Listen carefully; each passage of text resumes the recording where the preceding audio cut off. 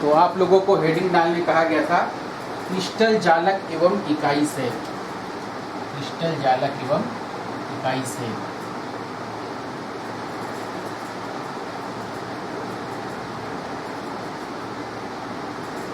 Crystal जालक एवं इकाई से। क्रिस्टल लैटिस या लेटाइस भी कह सकते हैं, एंड यूनिट्स। तो देखिए कभी भी त्रिविम में अगर मान लो किसी क्रिस्टल के अवयवी कणों को दर्शाना है, ठीक है, तो उसके लिए हम इसका प्रयोग करेंगे, इस डॉट, इसका प्रयोग करेंगे इस डॉट का। पहले भी मैंने बताने का प्रयास किया है, जैसे ये डॉट है इसका आशय यह हुआ कि यह इस सेल के सेंटर को, केंद्र को निरूपित तो करता ही है। मैं ये बोल रहा हूँ कि अगर किसी भी क्रिस्टल के अवयवी कणों को दर्शाना है तो हम एक डॉट का सहारा लेते हैं और इस डॉट से हम इस अवयवी कणों को 3D में रिप्रेजेंट कर सकते हैं, इसमें रिप्रेजेंट कर सकते हैं, 3D में रिप्रेजेंट कर सकते हैं। अब यहाँ पास बात आती है, अगर ऐसे ही कुछ बिंदु या कह लें कुछ निश्चित संख्या में असंख्य समूहों के रूप में अगर पाए गए, असंख्य समूहों के रूप में अगर त्रिविम में पाए गए, तो हम इन बिंदुओं के असंख्य समूहों की किसी व्यवस्था को कहेंगे क्या? त्रिविम जालक। कौन सा जालक? त्रिविम जालक। तो चाहेंगे तो आप लिख सकते हैं, लिखिए। हम क्या करेंगे? क्रिस्टल में अवयवी कणों को,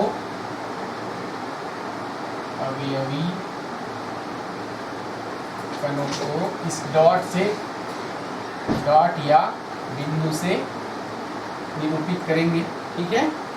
और अवयवी कण 3D में, 3D कहने का मतलब ये x अक्ष है, माना ये y अक्ष है और ये z अक्ष।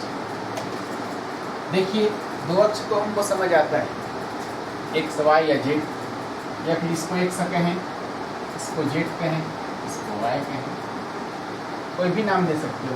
तो ये दो इसमें है, 2D में है, और एक ये ऐसे जैसे मार्कर चल रहा है ना, तो ये हो गया तीसरा अक्ष। तो इन त्रिविम में ये अवयवी कण है, इसको हम किससे रिप्रेजेंट करेंगे? डॉट या फिर बिंदु से, ठीक है। तो फिर हम ये कह सकते हैं कि अगर ये जो बिंदु है डॉट, इसके असंख्य समूहों की व्यवस्था को त्रिविम जालक कहते हैं, त्रिविम जालक कहते हैं। हम यहाँ लिख सकते हैं इसके असंख्य समूहों की व्यवस्था को। तो ये जो डॉट है बिंदुओं की, इन बिंदुओं की कहने का मतलब क्या हुआ? जो अवयवी कण को रिप्रेजेंट कर रहे हैं, ठीक है, इसकी त्रिविम में व्यवस्था क्या कहलाएगी? त्रिविम जालक। इसको अंग्रेजी में क्या कहेंगे जी? स्पेस लेटाइस, स्पेस लेटाइस, ठीक है। अब यहाँ पास बात करते हैं, समझने का प्रयास करें, क्रिस्टल जालक या त्रिविम जालक एक और परिभाषा लिख सकते हैं।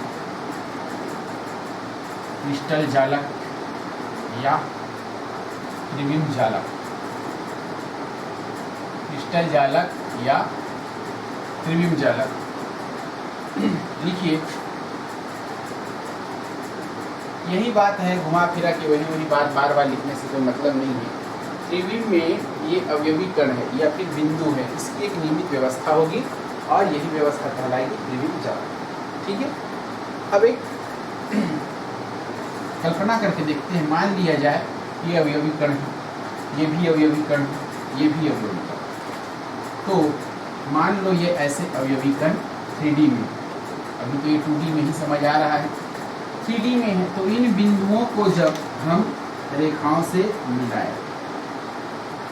मिलाते गए, ये इन बिंदुओं को जब रेखाओं से मिलाते गए, ठीक है, तो हमको ये लगातार एक नई ज्यामिति मिलती जा रही है, संरचना मिलती जा रही है। ठीक है, अब यहाँ पास हमको ये समझना है कि ये जालक की ज्यामिति जो प्राप्त हो रही है इन बिंदुओं को मिलाने से, तो इसमें से हम किसी ऐसे बिंदुओं के समूह को भी चुन सकते हैं जो इस पूरे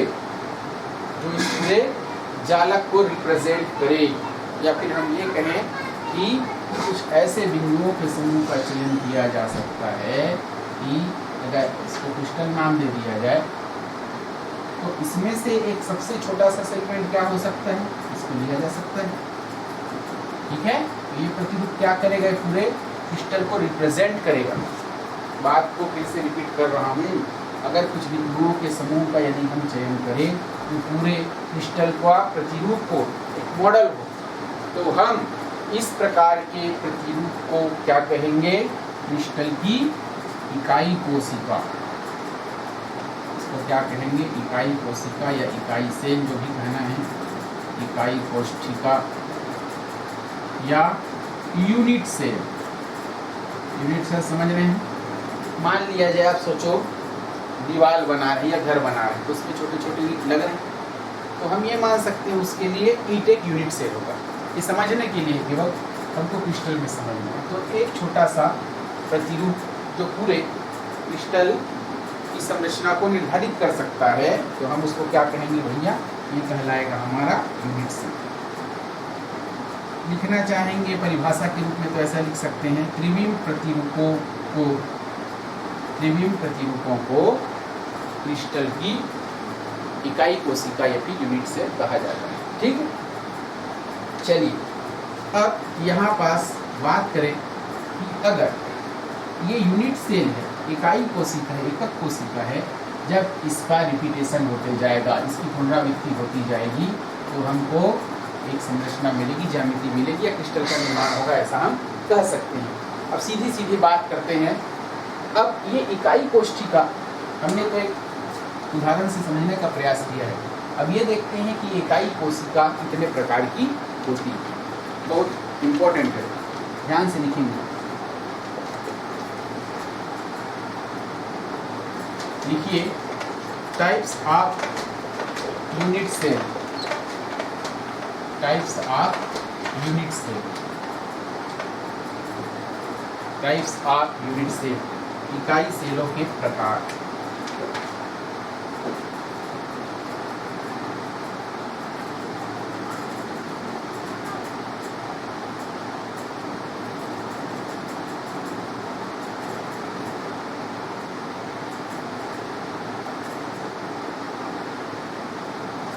कई बुक में सीधे सीधे लिखा रहता है ये 3 प्रकार का 4 प्रकार का होता है, और कई बुक में ऐसा भी देखने को मिलता है। चलिए हम बात करें तो इसका पहला डिवीज़न 2 प्रकार से करें, सरल इकाई से,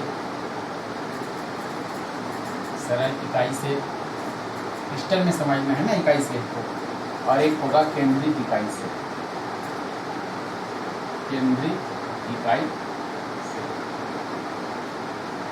इंग्लिश में इसको बोलेंगे सिंपल या प्रिमिटिव, सिंपल या प्रिमिटिव यूनिट से, और ये क्या कहलाएगा, सेंटर्ड या नॉन प्रिमिटिव, सेंटर्ड या नॉन प्रिमिटिव यूनिट। ठीक है, अब यहाँ पास बात करते हैं, ध्यान से समझिए। ये इकाई सेलों के प्रकार हो गए, सरल इकाई सेल, केंद्रित इकाई सेल। इसके फिर से 3 प्रकार होते हैं, इसके 3 प्रकार होंगे फिर से।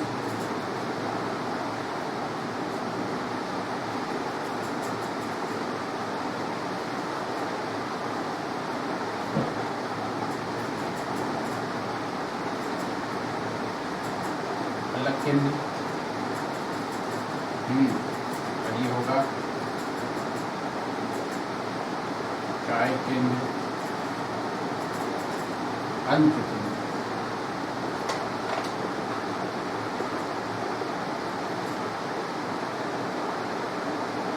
इकाई से लिख सकते हैं। अब देखेंगे इसको बोलते हैं फेस सेंटर, इसको बोलेंगे बॉडी सेंटर, और इसको बोलेंगे एंड सेंटर।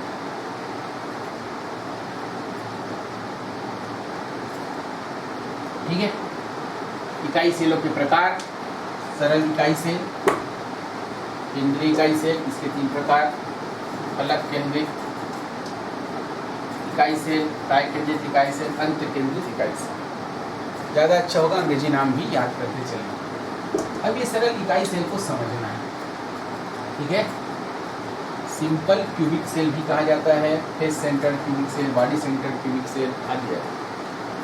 तो देखिए जनरली इसको शॉर्टकट में हम लिखते हैं SCC, सिंपल क्यूबिक सेल। इसको बोलेंगे FCC, फेस सेंटर, इसको बोलेंगे बॉडी सेंटर, इसको बोलेंगे एंड सेंटर। तो ये सब का मैं वर्णन करूं, इसके पहले मैं कुछ चीज बता रहा हूँ, ध्यान से सुनिए। जैसे ये अवयवी कण को रिप्रेजेंट करता है ना, इसका असर ये होता है, लेकिन हम क्या करते हैं कि अवयवी कणों को रिप्रेजेंट करते हैं इस रूप में। मान लिया जाए अवयवी कणों को ऐसे मिला दिया, ठीक है।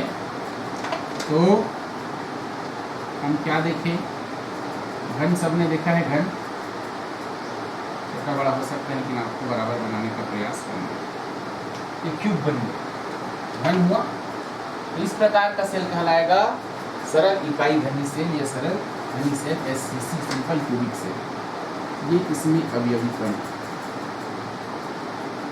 क्या है, अवयवी कण। तो कुछ टर्मिनोलॉजी बार बार आएगा हमारे पास, पूछेगा ये कार्नर क्या है, किनारा क्या है, फलक क्या है, काय केंद्रित क्या है, अंत केंद्रित क्या है। तो हल्का सा सुन लो। ये देखो, ये जो अवयवी कण किनारे किनारे में है ना, इसको हम क्या बोलेंगे, कोना या किनारा। ठीक, कोना भी कह सकते हैं, कार्नर बोलेंगे ना। ठीक है। अब यहाँ से देखिए, आप अपने रूम को सोचिए, जिस कमरे में बैठे हैं उसके सामने एक दीवार, पीछे दीवार है, दाएं दीवार होगा, बाएं दीवार। ठीक, तो ऊपर दीवार है, नीचे दीवार है। ये जो दीवार है, एक दीवार, यही है फेस, फलक। तो यहाँ पास देखिए, एक फलक हमारा ये हुआ है ना, एक ये हुआ, एक ये हुआ, समझ रहे हो, एक ये वाला हुआ, ये सामने हुआ, पीछे हुआ, ये सब कहलाता है फलक। क्या कहलाएगा, फलक, जिसको हम पल्ला बोल सकते हैं। क्या बोल सकते हैं, पल्ला। ये फलक, ये फलक, ये फलक, ये फलक। ठीक है, ये हो गया फलक। अब यहाँ पास बात आएगी कि बॉडी के अंदर क्या है, ये जैसे घनी सेल है, इसके अंदर का भाग, ठीक है, अंदर का भाग ये कहलाएगा बॉडी। तो ये हो गया हमारा कॉर्नर, किनारा, अंग्रेजी याद रखें, इसको कॉर्नर बोलेंगे। ठीक है, इसको फेस बोलेंगे, फलक है। और ये बीच का भाग कहलाएगा ये बॉडी या काय। ठीक है। और इसमें से एक बात आती है अंत केंद्रित। अंत केंद्रित कहने का मतलब ये हुआ, ये इसका एज है, इसको कोना लिखो ज़्यादा अच्छा। ये कोना है, कॉर्नर, एज भी किनारा, इधर का किनारा, इधर का किनारा, इधर का इधर। ठीक है, ये एज। ठीक है। अब देखिए, तो ये हो गया बॉडी, ये हो गया फलक, ये हो गया कोना, ये अवयवी कण, अवयवी कण, कोना, ये फलक और ये बॉडी। तो सरल इकाई घनी सेल की विशेषता ये होगी कि जितने भी अवयवी कण हैं, लिखना चाहे तो लिख लें, जितने भी अवयवी कण हैं ये केवल किनारे पर ही होंगे। इसमें अवयवी कण, कॉन्स्टिट्यूएंट्स पार्टिकल जो है ये केवल किनारे पर होंगे। ये होगा सरल इकाई सेल। समझ आ रहा है सबको? ठीक है, फिर से लिख लो यहाँ। ये तो समझाया मैं, फलक क्या है, किनारा क्या है, कोना क्या है। अब हम बात करते हैं ये सरल इकाई से क्या है। कहा अवयवी कण जिसमें केवल किनारे पर हो, कोने पर हो। ठीक है, ये घन बनाना सबको आता है, ये क्यों, तो ये हो जाएगा हमारा सरल इकाई से। अवयवी कण, शॉर्टकट लिख रहा हूँ, अवयवी कण कहाँ होंगे, कोने पर होंगे, मात्र।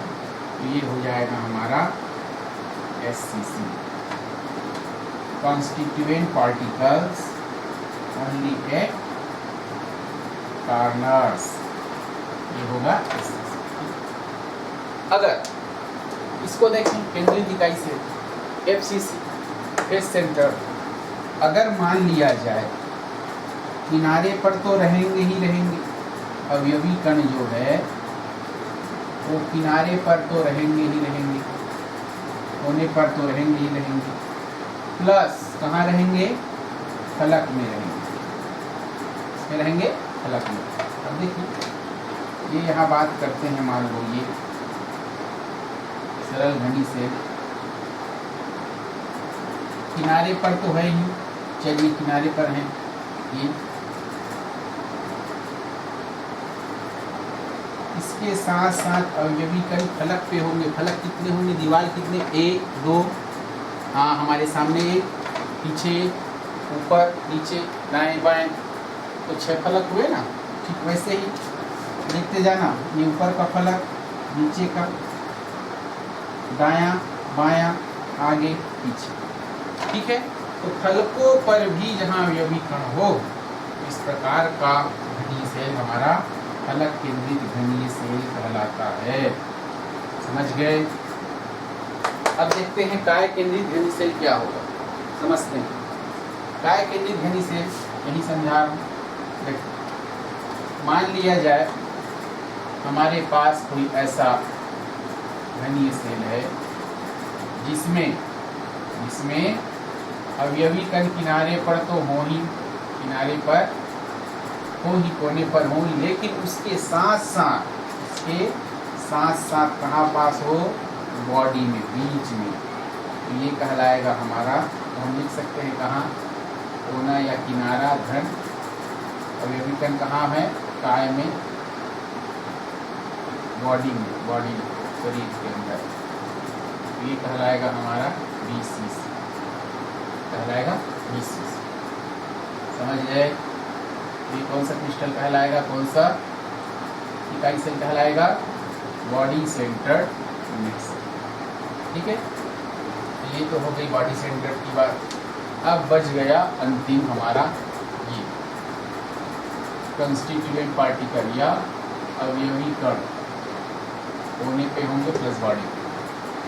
अंत केंद्रित घनीय सेल, अंत केंद्रित कहने का मतलब क्या है, इसको कहाँ बनाया जाए, चलिए देखते हैं।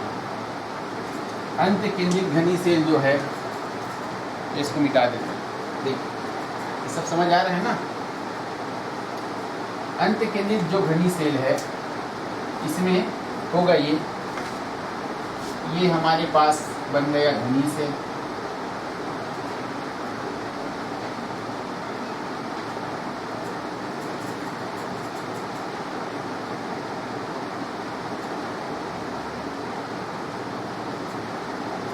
इसमें जो अवयवी कण हैं ये क्या है, कोने पर तो रहेंगे लेकिन एंड में रहेंगे, एक आध एंड। जैसे एंड कहने का मतलब ऊपर के 2 समानांतर फलक, ऊपर नीचे के, या दाएं बाएं के 2 समानांतर फलक, या आगे पीछे के 2 समानांतर फलक, आप जैसा चाहें। उसमें अगर अवयवी कण हैं तो ये कहलाएगा एंड सेंटर। तो हम ले लेते हैं ऊपर और नीचे। समझ आया? ठीक है, तो हम क्या कह सकते हैं कि समांतर इन्हीं 2 समानांतर, इन्हीं 2 समानांतर फलकों के बीच और कॉर्नर में तो रहता ही रहता है। तो अवयवी कण यहाँ पाए जाएंगे। तो ये इस प्रकार का इकाई सेल कहलाएगा एंड सेंटर क्यूबिक सेल। समझ गए? तो इस प्रकार से हम देख सकते हैं, डायरेक्ट भी कह सकते हैं, 4 प्रकार होते हैं, SCC, FCC, VCC और PCC। इस प्रकार हमने ये देखा कि इकाई सेल कितने प्रकार के होते हैं, अच्छे से समझ जाओ। यहाँ से बेसिक है। इसके बाद हमारी विजुअलाइजेशन पावर, इमेजिनेशन पावर, कल्पना शक्ति दृढ़ होनी चाहिए, सोचने की, समझने की। जैसे अभी बताया ना कि सामने देखो, पीछे देखो, दाएं देखो, बाएं देखो, सोचो समझो, ऐसे ही हमको इस क्रिस्टल को इमेजिन करना पड़ेगा। एक हल्का सा डेमो दिखाने का प्रयास करेंगे। मान लिया जाए ये हमने समझाने का प्रयास किया है कि ऐसा कारण है, तो ये तो एक डाट है, हमने केवल डाट लिया है, बिंदु लिया है। अगर इसमें सेल की कल्पना की जाए तो कैसा होगा, दिमाग लगाओ। रेखा तो हमने खींची इमेजिन, काल्पनिक रूप से इमेजिन करके। ये बताओ, ये कुछ ऐसा होगा, क्या कहना बताओ, ऐसा होगा? तो देखिए होगा ये, अगर ये सबको मिटा दिया जाए, मिटा दें, इसे मिटा देते हैं, हालांकि अच्छा नहीं बना ये।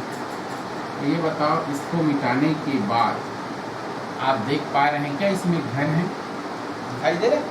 दिखाई दे रहा है, लेकिन फिर भी घन था, आप इसको नकार नहीं सकते। यही चीज़ होने वाला है सॉलिड स्टेट में। कुछ चीज़ें ऐसी होंगी, अब इसको देख के कौन बोलेगा ये सरल घन से फलक केंद्रित बनाते हैं। मान लिया जाए, चलो यहाँ भी गोला बना लेते हैं, पहले यहाँ गोला बना ले, यहाँ बना लो, यहाँ बना लो, यहाँ बना लो, यहाँ बना लो, सब जगह गोला बना लेते हैं। और क्या करते हैं, मिटा देते हैं लाइन को, मिटा देते हैं। हालांकि दूर दूर बनाया है मैंने गोला। अब इसको कौन बता देगा ऐसी गोला गोला देख के, गोला गोला देख के कौन बताएगा कि ये अगर पूरा मिटा दे इस लाइन को, इमेजिनरी लाइन को अगर हम मिटा दें, तो कौन बताएगा कि ये FCC है। इस प्रकार से ये होते हैं क्रिस्टल इकाई सेल। तो आगे हम सबको पढ़ना है घनी इकाई सेल में उपस्थित जालक बिंदु की गणना करना। इसलिए मिटा दीजिए, अच्छे से बना लो। घनी इकाई सेल में उपस्थित जालक बिंदु की गणना करना। तो चलिए भैया, सबने लिख लिया है, घनी इकाई सेल में उपस्थित जालक बिंदु की गणना करना। इसके लिए आप सब ध्यान रखेंगे, ये इकाई सेल है ना, इसमें जालक बिंदु की संख्या निकालनी है, या फिर हम कह सकते हैं अवयवी कणों की संख्या हमको निकालनी है। ठीक है, सरल घनी सेल, फलक केंद्रित घनी सेल, और ये बॉडी सेंटर, एंड सेंटर। ठीक है, इसके पहले अवयवी कणों की संख्या या जालक बिंदु की संख्या निकालनी है। इसी को रैंक भी कहा जाता है, या फिर क्या कहते हैं, एटम्स पर एटम यूनिट से, पर एटम यूनिट से। अब देखिए अवयवी कणों की संख्या कैसे निकालेंगे, ध्यान से समझना। कुछ बातें आपको याद होना चाहिए। अगर किसी घनी इकाई सेल की अगर बात करें, ठीक है, घनी इकाई सेल की अगर बात करें, तो इसमें जो किनारे पर जो अवयवी कण, ठीक है, या जो जालक बिंदु, उसको, उसकी शेयरिंग इस यूनिट सेल में कितनी होगी, सोचो, बताइए, सोच सकते हैं। अब हालांकि ये सब कॉर्नर में है, एक की ही बात करें तो इसकी सहभागिता, साझेदारी इस यूनिट सेल में कितनी हो, बताएं, सोचो कैसे होगा, अच्छे से सोचो। इसकी सहभागिता होगी 1/8, ये आपको याद रखना है, समझाओ। देखिए ये यूनिट सेल है, ऐसा ही अगला और यूनिट सेल होगा कि नहीं होगा, ये बनेगा,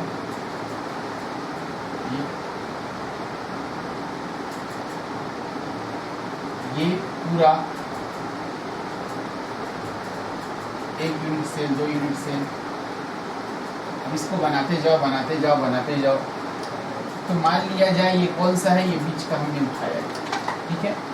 इसके ऊपर भी है, नीचे भी है, दाएं बाएं है, और आगे भी है, पीछे भी है कि नहीं।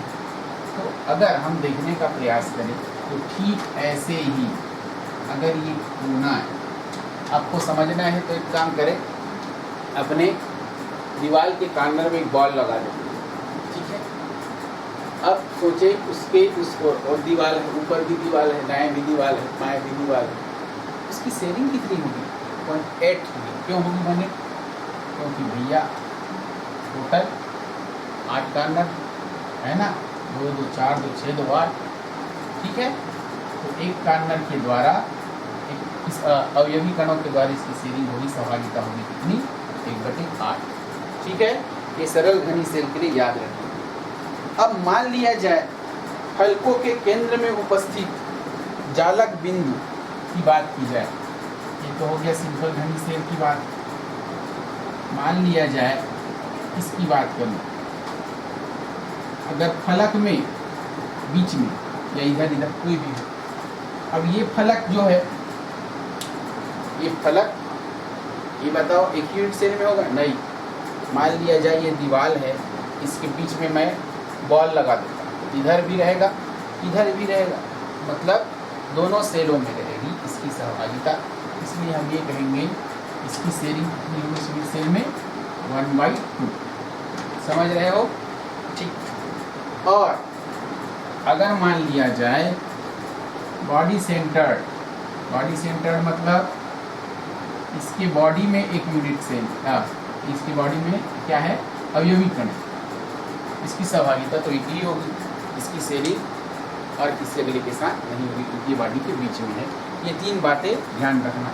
चलिए अब हम निकालते हैं घनी इकाई सेल में उपस्थित जालक बिंदु की गणना कैसे करेंगे, या फिर इसको कह सकते हैं अवयवी कणों की संख्या निकालना है, एटम्स पर यूनिट सेल, इसी को रैंक भी कहते हैं, ठीक है। अब तो हो गया आसान। सरल घनी सेल के लिए निकालते हैं। सरल घनी सेल, पहला सरल घनी सेल, सरल घनी सेल की संरचना फिर से बनाइए। ये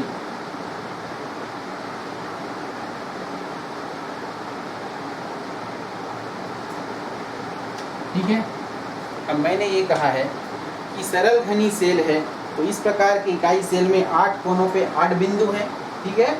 इस प्रकार प्रत्येक जो बिंदु है इसकी इकाई सेल में सहभागिता कितनी होगी? 1/8 होगी कि नहीं होगी? अभी पढ़े ना, इसकी सहभागिता कितनी होगी? 1/8 होगी, क्योंकि वो कितने कॉर्नर है? क्योंकि वहाँ 8 कॉर्नर है। तो हम ये समझ सकते हैं कि अगर सरल घनीय सेल में प्रत्येक बिंदु की इकाई सेल में सहभागिता यदि 1/8 है, तो प्रति इकाई सेल में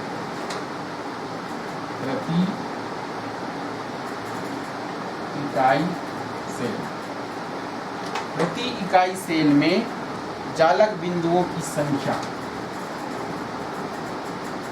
जालक बिंदुओं की संख्या कितनी होगी? फिर से बोल रहा हूँ, कॉर्नर पे एटम की इस सेल के रिस्पेक्ट में कितनी सहभागिता है? 1/8। तो प्रति इकाई सेल में जालक बिंदुओं की संख्या निकालो, तो कितना आएगा? 8 कॉर्नर पे हैं और शेयरिंग 1/8, आंसर आएगा 1। याद रखना।